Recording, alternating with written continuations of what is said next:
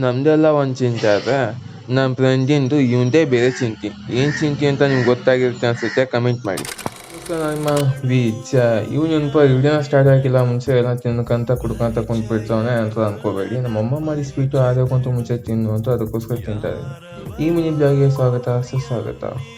ಇವತ್ತು ನಾನು ನನ್ನ ಬಕಾಸನ್ನು ಕರ್ಕೊಂಡು ಬೇರೆ ಕಡೆ ಹೋಗ್ತಿದ್ದೀನಿ. ಎಲ್ಲಿಗೆ ಅಂತ ಹೇಳ್ತಾ ಹೋಗ್ತೀನಿ, ಬನ್ನಿ ಗೈಸ್.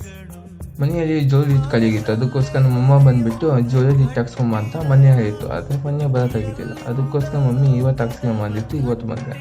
ಇಲ್ಲಿ ಬಂದು ನೋಡಿದ್ರೆ ಅಣ್ಣನೇ ಇಲ್ಲ, ಅದಕ್ಕೋಸ್ಕರ ಫೋನ್ ಮಾಡಿಬಿಟ್ಟು ಕರೆಸಿದ್ದೆ. ಅಣ್ಣ ಬಂದುಬಿಟ್ಟು ಕ್ಯಾಮ್ರಾ ನೋಡಿದ್ರು ಕೂಡ ನೋಡಿದಂಗೆ ಹೋಗ್ತಾವನೆ.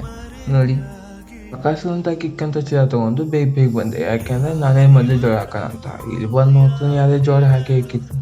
ಅಣ್ಣ ಹಿಂಗಾದ್ರೆ ಹಿಂಗೆ ಅಂತ ಕೇಳಿದ್ರೆ, ಒಂದು ಹಾಫ್ ಆನ್ ಅವರ್ ಲೇಟ್ ಆಗತ್ತಪ್ಪ, ಎಲ್ಲೇ ಹೋಗಂಗಿದ್ರೆ ಹೋಗ್ಬಾ ಅಂತ.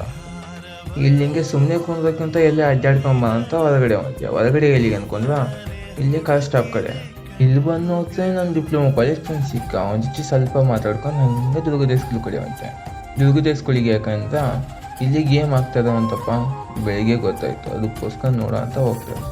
ಇನ್ನು ಇಂತಿ ಕೊಡ್ತಿದ್ದಂಗೆ ಗೊಂಜಾಳ ಇಕ್ಕೋದೆ ತಿನ್ನಕ್ಕೆ. ಇವನು ಎಲ್ಲ ಮಾಡ್ಬೋದು ಅಂತ ಇಲ್ಲಿ ನೋಡಿದ ಮೇಲೆ ಗೊತ್ತಾಯಿತು. ಈ ಕಡೆ ನೋಡ್ತಾನೆ ಗೊತ್ತಿಲ್ಲದ ಎಲ್ಲ ಡಿಫ್ರೆಂಟ್ ಇಕ್ಕೋದೆ. ಇಲ್ಲಿ ಏನಕ್ಕೆ ಅಂತ ಗೊತ್ತಾಗಿಲ್ಲ, ಹೋಗ್ಲಿ ಬಿಡಿ.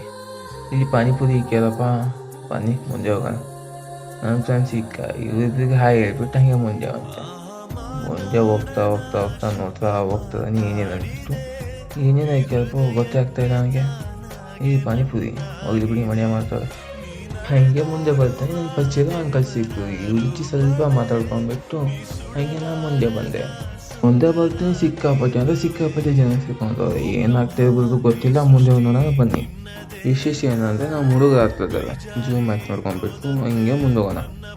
ಇಲ್ಲಿ ಬಂದು ನೋಡ್ತಾರೆ ಚಿಕ್ಕ ಮಕ್ಳದ್ದು ಹೆಣ್ಮಕ್ಳದ್ದು ಹೈ ಜಂಪ್ ಇತ್ತು. ಇದು ನೋಡೋ ಅಷ್ಟು ಟೈಮ್ ಇರ್ತಿಲ್ಲ, ಹಂಗಾದ್ರೆ ಸ್ವಲ್ಪ ನೋಡ್ಕೊಂಡು ಮುಂದೆ ಬಂದೆ.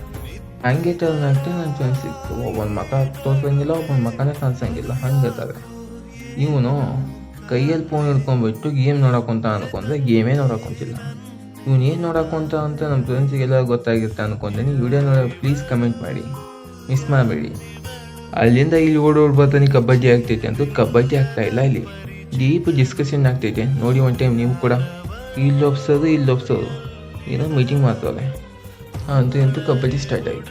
ನಮ್ಮ ಹುಡುಗರೆಲ್ಲ ಆಟ ಆಡೋಕೆ ಹೋಗ್ತಾರೆ. ನೋಡೋ ಬನ್ನಿ ಹೆಂಗಾಗುತ್ತೆ ಏನು ಅಂತ ಅಂದ್ಬಿಟ್ಟು.